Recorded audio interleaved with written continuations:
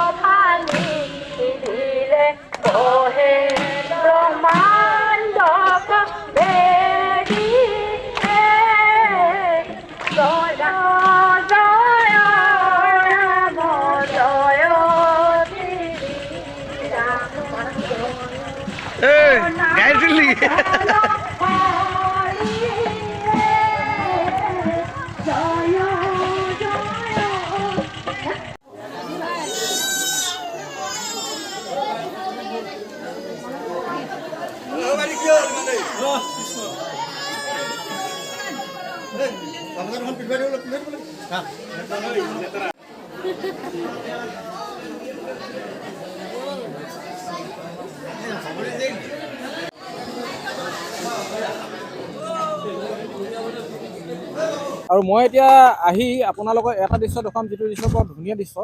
আমাৰ আইসকলে সদলবলে লগ লাগি ইয়াৰ মাহ প্ৰসাদ ধুই আছে। গতিকে মই দেখুৱাইছোঁ মাহ প্ৰসাদ ধোৱা এইখিনি। মাহ প্ৰসাদ ধুইছে সকলোৱে। এতিয়া মই ইয়াৰ এগৰাকীক সুধিম যে আজি অনুষ্ঠানটো সম্পৰ্কে কেনেকুৱা লাগিছে অনুভৱটো? কেনেকুৱা লাগিছে আজি অনুভৱটো? ভালেই লাগিছে। আজি কিমান দিনৰ পৰা প্ৰস্তুতি কৰিছে এই ভাওনা ভাগৰ কাৰণে আপোনালোকে? পৰহি মানৰ পৰা হৈছে আৰু ইডলি বনোৱা, মিঠৈ বনোৱা। এয়া এতিয়া ধৰক হেৰি আজি নিশালেতো ভাওনা হ'ব। নিশালে ভাওনা হৰিচন্দ্ৰ উপাখ্যান নহয় জানো? হৰিচন্দ্ৰ উপাখ্যান। আপুনি আপোনাৰ ঘৰৰ কোনোবাই তাত হেৰি কৰিছে নেকি? নাই লোৱা।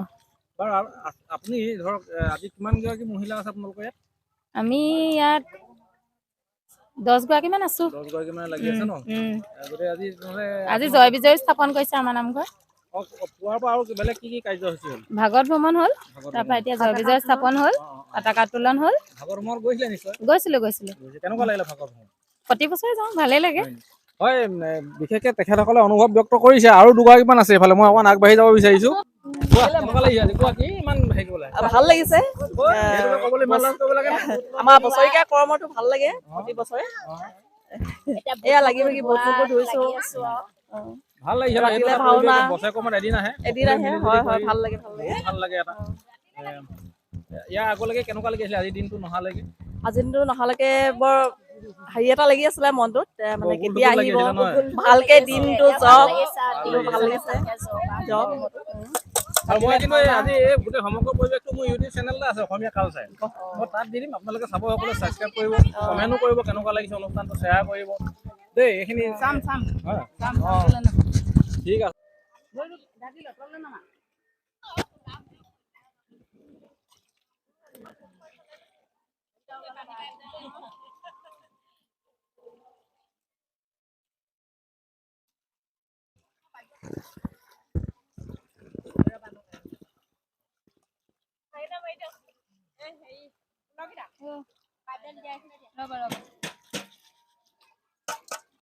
হয়, মই পুনৰবাৰ দেখুৱাইছোঁ। এয়া কি সুন্দৰকৈ আইসকলে মাহ প্ৰসাদ ধুইছে ইয়াত, আৰু খন্তেক পিছতে নাম আৰম্ভ হ'ব।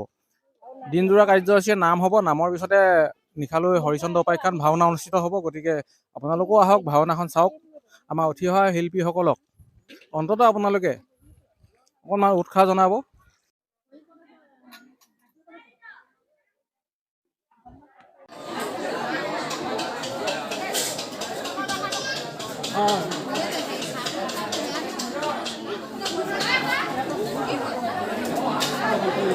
আজি এই ভাওনা স্থানত আহি উপস্থিত হৈছোঁ, আৰু মোৰ লগতে কেইবাগৰাকীও যুৱতী আছে। মই যুৱতীসকলৰ মনৰ ভাৱ আজি ল'ম বুলি ভাবিছোঁ, কাৰণ তেওঁলোক ওলাই আহিছে, ভাল লাগিছে গুৰুজনাৰ ধৰ্ম সংস্কৃতিৰ ক্ষেত্ৰখনলৈ। ইয়াৰ আমাৰ আশাৰ বতৰা। আজি কেনেকুৱা লাগিছে অনুভৱ অনুষ্ঠানটো? নমস্কাৰ। প্ৰথমতে অনুভৱটো বহুতেই ভাল। প্ৰথমতে মই ক'ব খোজোঁ যে আমি আগতে দেখি আহিছোঁ ধৰক দাদাহঁত বা আগৰ প্ৰজন্মখিনি প্ৰজন্মখিনি মানে ভাওনা আপোনাৰ আমি ভাওনাখন দেখিলে ধৰক কি তাৰ অভিনয় কৰা ধৰক কিবা কিবি সেইখিনি দেখাৰ লগে লগে যে এনেকুৱা হয়, আগতে দাদাহঁতক দেখিছোঁ যেতিয়া আমিও কৰিম ডাঙৰ হ'লে, সেইখিনি কৰিবৰ কাৰণে আজি আমি ওলাই আহিছোঁ। আমি মানে এতিয়া এনেকুৱা হয় যে মোবাইলটো দিলে আপোনালোকে মোবাইলত ব্যস্ত, আপোনালোকে সেইটো চবেই জানে মোবাইলত ব্যস্ত। আমি ওলাই অহাৰ কাৰণে আমাক দেখি মানে পিছৰ প্ৰজন্মখিনি ওলাই আহক, তেওঁলোকে জানক যে এই অভিনয়খন ভাওনা এখন মানে কি আছে তাত। আজি বিশেষকৈ হৈছে কি, আমাৰ যি মানে আমাৰ গোটেই মানুহখিনিয়ে দুখ দিয়ে যে উঠি অহা প্ৰজন্মই অবাতে গৈছে বুলি কয়, যে বিভিন্ন ধৰণে অবাতে গৈছে উঠি অহা প্ৰজন্ম। বোলে এইটো ধাৰণা তোমাৰ কেনেকুৱা? অবাতে যোৱাটো হয়নে? অবাতে যোৱাটো ক'বলৈ গ'লে হয়, আৰু এটা কথা এইটো ক'ম যে তেওঁলোকে মোবাইলটোত মানে যোনটো ব্যৱহাৰ কৰিব লাগে সেই ব্যৱহাৰখিনি কৰা নাই। মোবাইলটো পোৱাৰ লগে লগে ধৰক কিবা কিবি গেম খেলে, ধৰক কিবা কৰে। কিন্তু ইয়াৰ ওপৰত মই এইটো কথা ক'ম যে যোনখিনি ডাঙৰ মানুহ সেইখিনি বস্তু দেখাব লাগে যে এই কামটো এনেকৈ কৰিব লাগিব, ধৰক এইখিনি এনেকৈ কৰিলেহে তোমালোকে ভালকৈ পিছলৈও কৰিব পাৰিবা, ধৰক পিছৰ প্ৰজন্মখিনিক দেখাব পাৰিব সেনেকুৱা।